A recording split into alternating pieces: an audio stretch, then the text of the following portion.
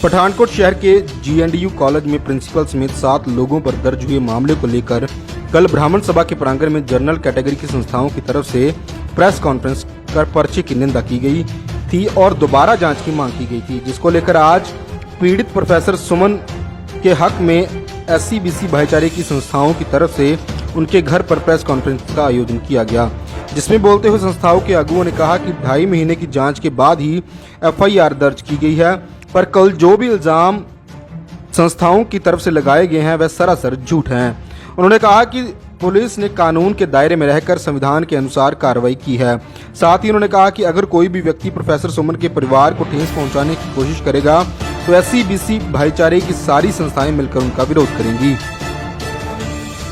मानयोग साथियों, ਤੁਹਾਨੂੰ ਸਾਰਿਆਂ ਨੂੰ ਜਿਵੇਂ ਕਿ ਪਤਾ ਹੀ ਹੈ ਕਿ ਸਾਡੇ ਸਮਾਜ ਦੇ ਵਿੱਚੋਂ ਸ਼੍ਰੀ ਅਵਤਾਰ ਚੰਦ ਜੀ SHO ਜਿਨ੍ਹਾਂ ਦੀ ਸਾਡੇ ਪਠਾਨਕੋਟ ਡਿਸਟ੍ਰਿਕਟ ਵਿੱਚ 28 ਸਾਲ ਜਿਹਨਾਂ ਨੇ ਆਪਣਾ ਕਾਰਗੁਜ਼ਾਰੀ ਜਿਹੜੀ ਬੜੀ ਇਮਾਨਦਾਰੀ ਨਾਲ ਸੁਚੱਜੇ ਢੰਗ ਨਾਲ ਜਿਹੜਾ ਸਮਾਜ ਦੀ ਸੇਵਾ ਕੀਤੀ ਔਰ ਹਰ ਸਮਾਜ ਦੀ ਇਹਨਾਂ ਨੇ ਉਚੇਚੇ ਢੰਗ ਨਾਲ ਸੇਵਾ ਕੀਤੀ ਹੈ।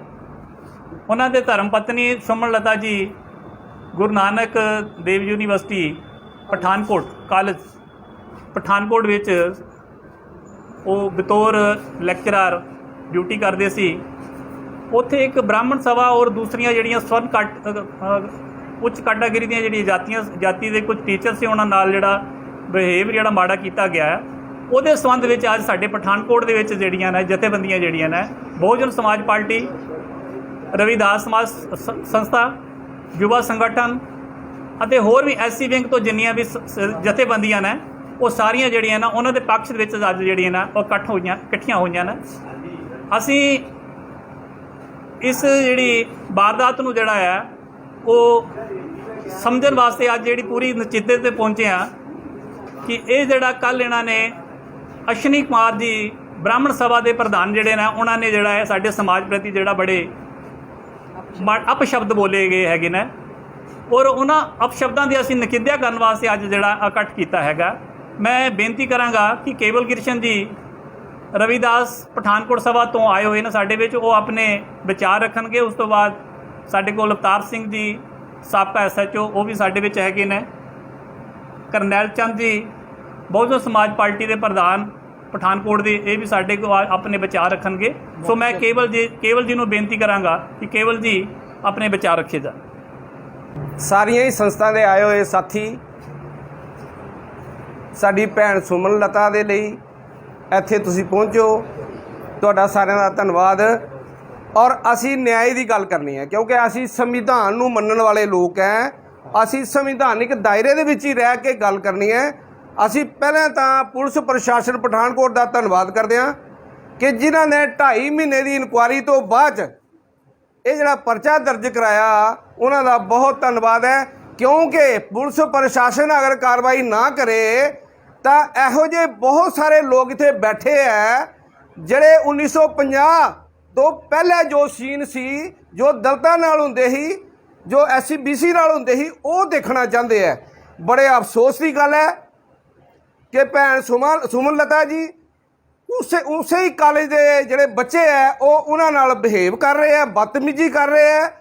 ਔਰ ਜਦੋਂ ਉਹ ਬਦਤਮੀਜੀ ਕਰਕੇ ਜਾਂਦੇ ਹੈ ਤਾਂ ਆਪਣੇ ਜਿਹੜੇ ਦੂਜੇ ਪ੍ਰੋਫੈਸਰ ਹੈ ਅਪਰ ਕਾਸਟ ਦੇ, ਉਹਨਾਂ ਨਾਲ ਬੈਠ ਕੇ ਉਹ ਹੱਸਦੇ ਆ, ਉੱਥੇ ਮਜ਼ਾਕ ਕਰਦੇ ਹੈ ਔਰ ਭੈਣ ਜੀ ਨੂੰ ਨੀਚ ਦੱਸਣ ਦਾ ਉੱਥੇ ਕੋਸ਼ਿਸ਼ ਕਰਦੇ ਹੈ। ਔਰ ਉਹ ਜਿਹੜੇ ਪ੍ਰੋਫੈਸਰ ਹੈ ਉਹ ਵੀ ਉਹਨਾਂ ਦਾ ਮਜ਼ਾਕ ਉਡਾ ਰਹੇ ਹੈ।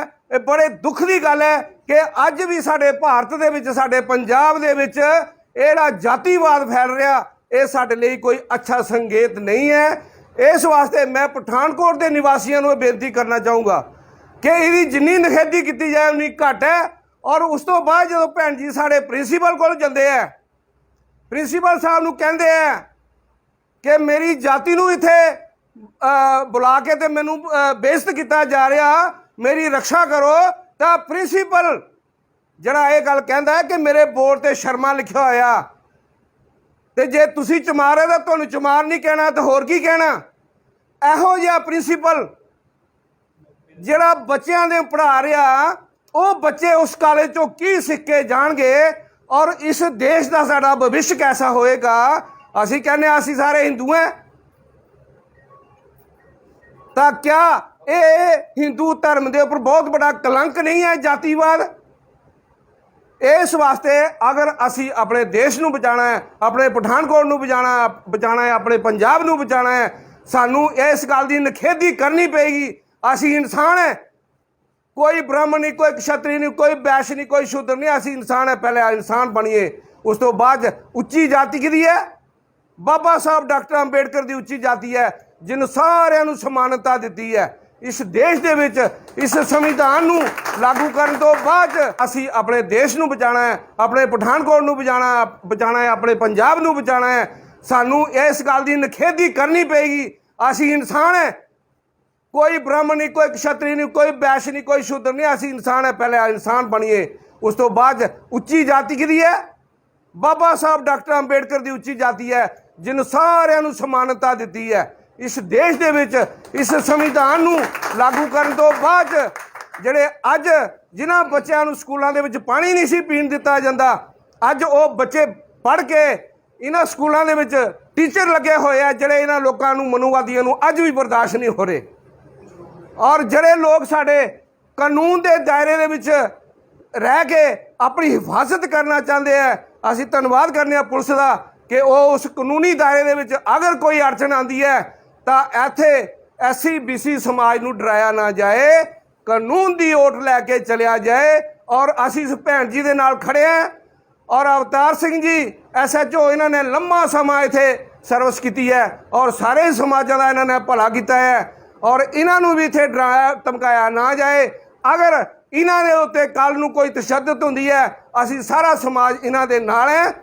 ਔਰ ਦੂਸਰੇ ਲੋਕ ਵੀ ਜਿਹੜੇ ਗਰੀਬ ਹੈ, ਉਹਨਾਂ ਨੂੰ ਵੀ ਅਸੀਂ ਬੇਨਤੀ ਕਰਦੇ ਹਾਂ ਕਿ ਅਸੀਂ ਪਠਾਨਕੋਟ ਦਾ ਮਾਹੌਲ ਜਿਹੜਾ ਉਹ ਸੌਖਾ ਔਰ ਅੱਛਾ ਮਾਹੌਲ ਬਣਾਈਏ ਔਰ ਇਸ ਪਾਸੇ ਨਾ ਚਲੀਏ। ਜਾਤੀ ਪਾਤੀ ਤੋਂ ਉੱਪਰ ਉੱਠ ਕੇ ਅਸੀਂ ਸਿਰਫ ਸਮਾਜ ਨੂੰ ਉੱਚਾ ਚੁੱਕਣ ਦੀ ਕੋਸ਼ਿਸ਼ ਕਰੀਏ।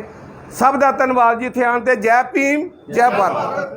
ਕੱਲ੍ਹ ਦੀ ਅਖਬਾਰ ਪੜ੍ਹ ਕੇ ਤੇ ਕੁਝ ਵੀਡੀਓ ਕਲਿੱਪ ਜੋ YouTube ਤੇ ਆ ਰਹੀਆਂ, ਉਹ ਸਾਰੀਆਂ ਕਲਿੱਪਾਂ ਸੁਣਨ ਤੋਂ ਬਾਅਦ ਪਤਾ ਚੱਲਿਆ ਕਿ ਜਿਹੜੇ ਸਾਡੇ ਅਵਤਾਰ ਸਿੰਘ ਜੀ ਨੇ SHO ਰਹਿ ਚੁੱਕੇ, ਉਹਨਾਂ ਦੀ ਧਰਮ ਪਤਨੀ ਸੁਮਨ ਥਾਪਾ ਜੀ ਨਾਲ ਜੋ ਦੁਰਵਿਵਹਾਰ ਹੋਇਆ ਸੀ, ਉਹਦਾ ਇਹਨਾਂ ਨੇ 3 ਮਈ ਨੂੰ ਪਰਚਾ ਦਰਜ ਕਰਾਇਆ। 2.5 ਮਹੀਨੇ ਉਹਦੀ SSP ਸਾਹਿਬ ਨੇ ਜਾਂਚ ਕਰਵਾਈ। ਜਾਂਚ ਕਰਨ ਤੋਂ ਬਾਅਦ ਜਿਹੜਾ ਪਰਚਾ ਦਰਜ ਹੋਇਆ, ਉਸ ਪਰਚੇ ਦੇ ਵਿਰੋਧ ਦੇ ਵਿੱਚ ਸਾਡੇ ਸ਼ਹਿਰ ਦੀ ਜਿਹੜੀ ਬ੍ਰਾਹਮਣ ਸਭਾ ਦੇ ਪ੍ਰਧਾਨ ਨੇ ਅਸ਼ਨੀ ਸ਼ਰਮਾ ਜੀ, ਉਹਨਾਂ ਨੇ ਕੁਝ ਸੰਸਥਾਵਾਂ ਨੂੰ ਬੁਲਾ ਕੇ ਜੋ ਇਕੱਠ ਕੀਤਾ। ਇਕੱਠ ਦੇ ਵਿੱਚ ਜਿਹੜਾ ਉਹਨਾਂ ਦੱਸਿਆ ਕਿ ਸਾਡੇ ਸਮਾਜ ਨਾਲ ਗੁੰਮਰਾਹ ਕੀਤਾ ਜਾ ਰਿਹਾ ਜਾਂ ਸਾਡੇ ਸਮਾਜ ਨਾਲ ਗਲਤ ਹੋ ਰਿਹਾ, ਉਹਦੇ ਸੰਬੰਧ ਵਿੱਚ ਉਹਨਾਂ ਨੇ ਕਿਹਾ ਕਿ ਅਸੀਂ ਸਾਰੇ ਸਮਾਜਾਂ ਨੂੰ ਬੁਲਾਇਆ, ਜਦ ਕਿ ਉਹਨਾਂ ਸਿਰਫ ਆਪਣੇ ਜਨਰਲ ਕੈਟਾਗਰੀ ਦੇ ਸਮਾਜ ਨੂੰ ਹੀ ਇਕੱਠਿਆਂ ਕੀਤਾ। ਜੇ ਸਾਨੂੰ ਬੁਲਾਉਂਦੇ ਅਸੀਂ ਵੀ ਉੱਥੇ ਪਹੁੰਚਦੇ, ਸਾਡੀ ਸਮਾਜ ਨੂੰ ਵੀ ਪਤਾ ਲੱਗਦਾ। ਅੱਜ ਸਾਰੀਆਂ ਹੀ SC BC ਤੇ OBC ਸੰਸਥਾਵਾਂ ਰਲ ਕੇ ਅਵਤਾਰ ਸਿੰਘ ਦੇ ਘਰ ਪਹੁੰਚੇ ਆ। ਉਹਨਾਂ ਨੂੰ ਪੁੱਛਿਆ ਗਿਆ ਹੈ ਵੀ ਕੀ ਗੱਲਬਾਤ ਹੋਈ ਹੈ। ਉਹਨਾਂ ਦੇ ਜੋ ਵਿਚਾਰ ਨੇ ਉਹ ਵੀ ਸੁਣੇ ਗਏ ਨੇ, ਤੇ ਜੋ ਕੱਲ੍ਹ ਅਸ਼ਨੀ ਸ਼ਰਮਾ ਨੇ, ਅਮਿਤ ਨਈਅਰ ਜੀ ਨੇ ਜੋ ਵੀ ਬੋਲਿਆ, ਅਸੀਂ ਵੀ ਉਹਦੇ ਨਾਲ ਸਹਿਮਤ ਹੈਗੇ ਹਾਂ ਕਿ ਜੋ ਕਾਨੂੰਨ ਦੇ ਦਾਇਰੇ 'ਚ ਰਹਿ ਕੇ ਕੰਮ ਹੋਏਗਾ, ਜੋ ਕਾਨੂੰਨ ਦੇ ਦਾਇਰੇ ਦੀ ਜਾਂਚ ਹੋਈ ਹੈ 2.5 ਮਹੀਨੇ, ਉਸ ਤੋਂ ਬਾਅਦ ਪਰਚੇ ਦਰਜ ਹੋਏ ਨੇ, ਉਹ ਬੰਦੇ ਦੋਸ਼ੀ ਪਾਏ ਗਏ ਨੇ। ਅਸੀਂ ਉਹਨਾਂ ਨੂੰ ਇਹ ਅਪੀਲ ਕਰਨਾ ਚਾਹੁੰਦੇ ਹਾਂ ਕਿ ਅਗਰ ਤੁਸੀਂ ਸਮਾਜ ਨੂੰ ਗਲਤ ਗੁੰਮਰਾਹ ਕਰਦੇ ਹੋ ਤੇ ਉਹ ਗਲਤ ਗੱਲ ਹੈ। ਸਮਾਜ ਨੂੰ ਗੁੰਮਰਾਹ ਨਾ ਕਰੋ। ਜੋ ਸੱਚਾਈ ਆ ਉਹ ਸਾਹਮਣੇ ਆਉਣੀ ਚਾਹੀਦੀ ਹੈ। ਦੁੱਧ ਦਾ ਦੁੱਧ ਤੇ ਪਾਣੀ ਦਾ ਪਾਣੀ ਹੋਣਾ ਚਾਹੀਦਾ। ਮੈਂ ਪੁਲਿਸ ਪ੍ਰਸ਼ਾਸਨ ਦਾ ਵੀ ਧੰਨਵਾਦ ਕਰਦਾ, ਜਿਨ੍ਹਾਂ ਨੇ ਪੂਰਾ ਟਾਈਮ ਲਗਾ ਕੇ 2.5 ਮਹੀਨੇ ਤੋਂ ਬਾਅਦ ਜੋ ਉਹਨਾਂ ਨੇ ਆਪਣਾ ਫੈਸਲਾ ਲਿਆ ਆ FIR ਦਰਜ ਕਰਨ ਦਾ, ਇਹ ਉਹਨਾਂ ਦਾ ਬਿਲਕੁਲ ਸਹੀ ਫੈਸਲਾ। ਫਿਰ ਵੀ ਅਗਰ ਅਸ਼ਨੀ ਜੀ ਚਾਹੁੰਦੇ ਨੇ ਕਿ ਸਾਡੇ ਨਾਲ ਗਲਤ ਹੋ ਰਿਹਾ ਜਾਂ ਪ੍ਰਿੰਸੀਪਲ ਸਾਹਿਬ ਨਾਲ ਧੱਕਾ ਹੋ ਰਿਹਾ, ਉਹਦੀ ਜਾਂਚ ਕਰਵਾ ਲੈਣ ਦੁਬਾਰਾ ਤੋਂ, ਕੋਈ ਇਹੋ ਜਿਹੀ ਗੱਲ ਨਹੀਂ। ਜੋ ਵੀ ਉਹਨਾਂ ਦੇ ਮਨ 'ਚ ਗੱਲ ਹੈ, ਪਰ ਸਮਾਜ ਨੂੰ ਗੁੰਮਰਾਹ ਨਾ ਕਰੋ। ਅਗਰ ਉਹਨਾਂ ਨੇ ਗਲਤ ਸ਼ਬਦ ਨਹੀਂ ਬੋਲੇ ਜਾਂ ਇਹਨਾਂ ਨਾਲ ਗਲਤ ਵਿਵਹਾਰ ਨਹੀਂ ਕੀਤਾ, ਇਹਨਾਂ ਨੂੰ ਕੀ ਲੋੜ ਪਈ ਪੁਲਿਸ ਵਿੱਚ ਜਾਣ ਦੀ। ਸੋ ਮੈਂ ਇਹਨਾਂ ਹੀ ਸ਼ਬਦਾਂ ਦੇ ਨਾਲ ਸਾਰੀਆਂ ਸੰਸਥਾਵਾਂ ਦੇ ਜਿਹੜੇ ਆਗੂ ਆਏ ਨੇ ਸਾਡੇ ਵਿੱਚ, SC BC OBC ਸਾਰੀਆਂ ਸੰਸਥਾਵਾਂ, ਉਹਨਾਂ ਦੇ ਨਾਲ BSP ਸੰਸਥਾ ਸਾਡੀ ਆਈ, ਉਹਦੇ ਨਾਲ ਸਾਡੇ ਕਬੀਰ ਸਭਾ ਤੋਂ ਕਰਨੈਲ ਜੀ, ਗੁਰੂ ਨਾਭਾ ਦਾਸ ਸਭਾ ਤੋਂ ਆਏ, ਡਾਕਟਰ ਅੰਬੇਡਕਰ ਮਹਾਸਭਾ ਤੋਂ ਸਾਰੇ ਸਾਥੀ ਆਏ ਨੇ। ਹੋਰ ਵੀ ਜਿਹੜੀਆਂ ਸਾਡੀਆਂ ਬਾਕੀ ਜਥੇਬੰਦੀਆਂ ਸਾਰੀਆਂ ਇੱਥੇ ਇਕੱਠ ਕਰਕੇ ਪਹੁੰਚੀਆਂ ਨੇ, ਸਿਰਫ ਇਹੋ ਹੀ ਪਤਾ ਲੈਣ ਵਾਸਤੇ ਵੀ ਇਹ ਮਸਲਾ ਕੀ ਹੈ। ਸੋ ਇਹਨਾਂ ਦੀ ਸਾਰੀ ਅਸੀਂ ਗੱਲਬਾਤ ਸੁਣੀ ਹੈ। ਜੋ ਕਾਨੂੰਨ ਦੇ ਦਾਇਰੇ 'ਚ ਰਹਿ ਕੰਮ ਹੋਏਗਾ, ਅਸੀਂ ਉਹਦੇ ਨਾਲ ਸਹਿਮਤ ਹਾਂ।